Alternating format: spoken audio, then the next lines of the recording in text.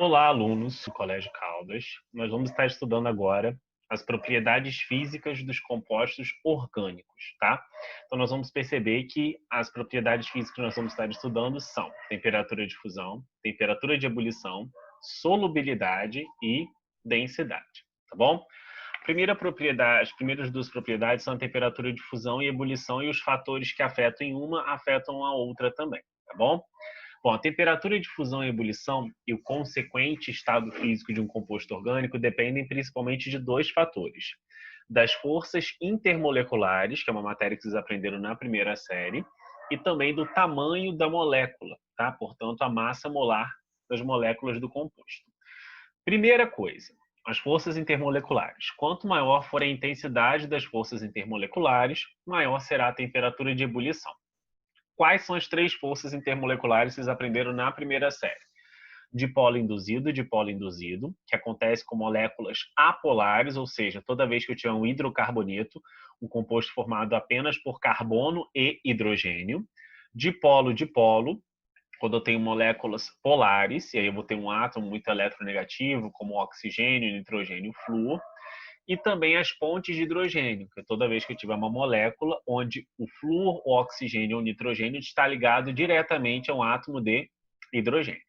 E aí as forças intermoleculares pontes de hidrogênio são as mais fortes. Logo, substâncias que fazem ponte de hidrogênio vão ter maiores temperaturas de fusão e ebulição. As que fazem dipolo-dipolo vão ter temperatura de fusão e ebulição intermediária, e a dipolo-induzido vão ser as de menores temperaturas de ebulição. Então, os hidrocarbonetos são aqueles que vão possuir menor temperatura de ebulição. Bom, vamos ver alguns exemplos aí. Aqui nós temos os dipolo induzido, hidrocarbonetos. Os que fazem dipolo-dipolo vão ser todas as cetonas e aldeídos. Ó, percebam aqui que eu tenho a carbonila, então eu tenho uma região que é eletronegativa aqui, ó, por causa desse oxigênio. Cetonas e aletos, que são aqueles compostos que nós estudamos há pouco tempo, que possuem um halogênio, que é um elemento da família 7A, ligado à cadeia carbônica.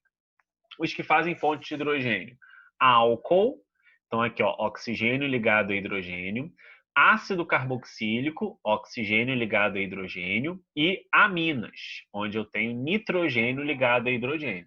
Então, ponte de hidrogênio eu vou ter sempre o quê? Flúor, oxigênio ou nitrogênio ligados a hidrogênio.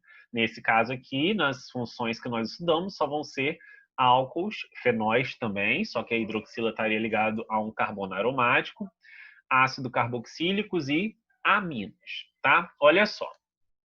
Quando eu tenho um hidrocarboneto, um carbono apenas, olha só, CH4, a temperatura de ebulição é menos 188. Se eu já tenho um aldeído que só tem um carbono também, a temperatura de ebulição aumenta, já vai para menos 19, porque a força intermolecular entre essas moléculas é mais intensa do que entre as moléculas do hidrocarboneto, que não tem nenhum centro eletronegativo. Agora, quando eu tenho álcool com um carbono só, que faz ponte de hidrogênio, aí a temperatura aumenta ainda mais, vai para 64,5. Então, vocês percebam aí que, comparando cadeias que possuem a mesma quantidade de carbonos, se eu tiver um dipolo induzido, menor temperatura de ebulição.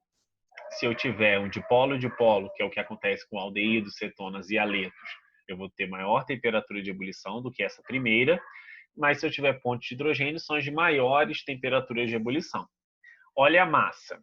Quando eu aumento a massa, ou seja, aumento a quantidade de carbonos na cadeia, perceba que eu também estou aumentando a temperatura de ebulição. Lembra que menos 188 é um número menor do que menos 88,4. É um número maior. Lembra da escala de temperatura, né? Quanto mais negativo o número associado, quanto maior o número associado ao negativo, menor a temperatura de ebulição. Quanto menor o número associado ao negativo, maior a temperatura de ebulição. Isso se aplica também às moléculas que fazem dipolo-dipolo. Olha só, dipolo-dipolo, dipolo-dipolo, dipolo-dipolo. Menos 19, depois eu vou para 20, depois eu vou para 48,8. Então, o aumento da massa também aumenta a temperatura de ebulição, como nós estamos vendo. Álcools, todos fazem ponte de hidrogênio. Se eu aumento a quantidade de carbonos, ó, eu também aumento a temperatura de ebulição. tá bom? Então, a primeira coisa que você tem que analisar é a força intermolecular, tá bom? Independente da quantidade de carbonos. Depois, você vai analisar a quantidade de carbono se as substâncias fazem a mesma força intermolecular, ok? Bom, tem um caso especial que é os ácidos carboxílicos, tá? Os ácidos carboxílicos, eles fazem pontes de hidrogênio duplas. Por consequência, se eu tiver um ácido carboxílico que faz ponte de hidrogênio e um álcool que também faz ponte de hidrogênio, a gente vai perceber que o ponto de ebulição do ácido carboxílico, o ácido metanóico, que só tem um carbono, vai ser maior que o álcool também só com um carbono. Por quê? Porque as pontes de hidrogênio dos ácidos carboxílicos são duplas, enquanto que as do álcool não são pontes de hidrogênio dupla. A ponte de hidrogênio é isso aqui, ó. É essa interação do hidrogênio com um outro grupo OH. A interação desse hidrogênio com outro O. A interação desse hidrogênio com um outro O. Tá bom? Então lembre-se disso. Os ácidos carboxílicos formam um dímero. Esse dímero faz com que as pontes de hidrogênio sejam superiores em relação a quaisquer outras pontes de hidrogênio que eu possa ter, de álcool ou de aminos. Então aqui eu tenho uma ponte de hidrogênio dupla, como a gente está vendo. Eu tenho oxigênio aqui, eu tenho oxigênio aqui. Então aqui eu tenho uma primeira ponte de hidrogênio, a interação desse hidrogênio com outro oxigênio, e aqui eu tenho a segunda ponte de hidrogênio, a interação desse hidrogênio com esse outro oxigênio. Bom, quanto maior a massa da molécula, o tamanho da molécula, maior a temperatura de ebulição. Então a gente percebe aí que de 1 a 4 carbonos eu tenho alcanos que são gasosos. Então a temperatura de ebulição vai ser muito baixa, por isso que ele é um gás. Agora, quando eu tenho de 5 carbonos a 17, eu já vou ter alcanos líquidos, porque eu já tenho massa maior. E se eu tenho de 18 carbonos em diante, eu já tenho alcanos sólidos. O que a gente percebe? Que o aumento da quantidade de carbonos vai aumentando a temperatura de ebulição, como nós já vimos anteriormente naquele outro exemplo, né? Só estamos reforçando agora. Agora, outro fator que afeta a temperatura de ebulição é a presença das ramificações. Se eu tenho cadeias normais, eu tenho maiores pontos de atração entre as moléculas. Se eu tenho maiores pontos de atração, eu vou ter maior temperatura de ebulição, vou ter que fornecer mais calor para romper esses pontos de atração entre as moléculas, as forças de Van der Waals. Então, essa substância, ela evapora a 68,7 graus Celsius, por exemplo. Já essa daqui, ó, o 2,2 de metilbutano, ela já evapora 49,7 graus Celsius. Por quê? Porque esses pontos de atração são diminuídos quando eu coloco ramificação. Onde tem ramificação, eu não tenho ponto de atração. E se eu não tenho ponto de atração nessas regiões, quer dizer que a molécula vai estar menos atraída uma a outra e, por consequência, a sua temperatura de ebulição vai diminuir. Isso comparando moléculas que apresentam a mesma quantidade de carbonos, tá? Aqui eu tenho 6 carbonos em cadeia reta e aqui eu também tenho a mesma quantidade de carbonos, 6 carbonos, só que aqui eu tenho o quê? Carbonos com ramificação, tá bom? Na verdade, são 7 carbonos. É 1, 2, 3, 4, 5, 6, 7. 7. E aqui, 1, 2, 3, 4, 5, 6, 7. 7. Ok? Olha aí o pentano. Cadeia reta, 36 graus Celsius. Coloquei uma ramificação, já baixou. Então, já diminuiu a atração entre elas, vai para 28 graus Celsius. Mais uma ramificação. Peguei isso aqui e joguei para cá. Aí a temperatura de ebulição abaixou mais ainda, né? Ela foi para 9,3 graus Celsius, né? Não sei se estão percebendo aí, eu tiro o slide para vocês perceberem que às vezes corta um pouco.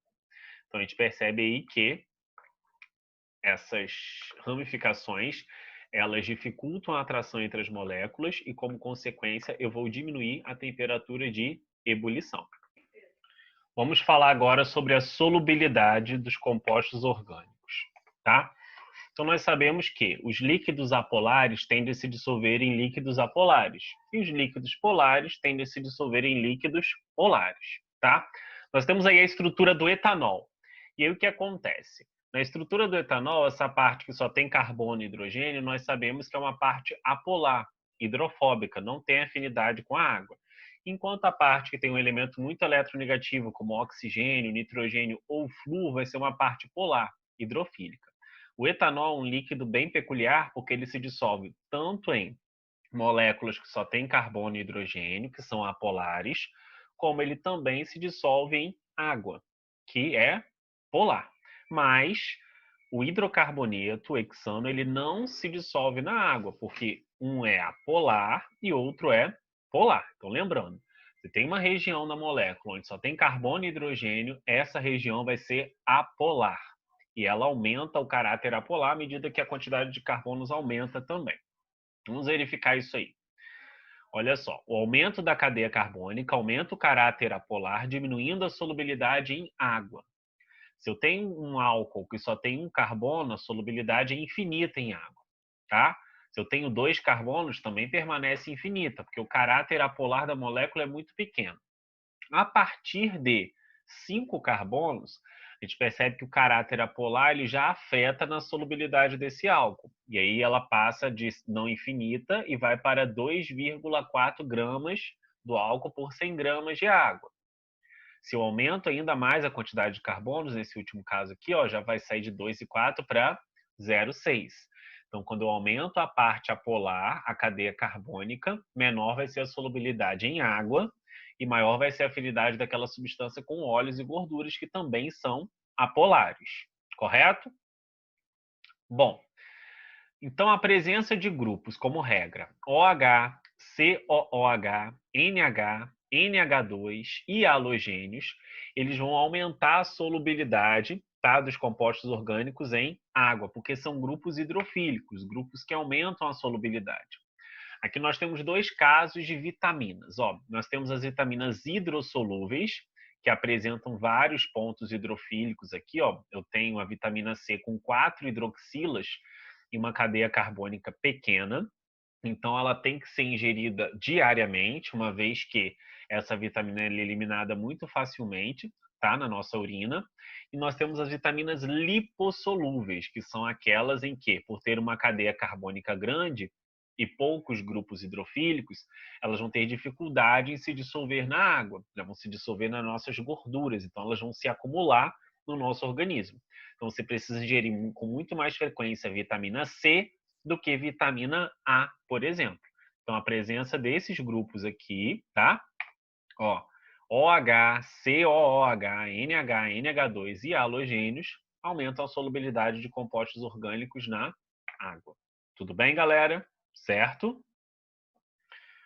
Então, essa foi a nossa videoaula. Forte abraço a todos. Até a próxima. Tchau, tchau.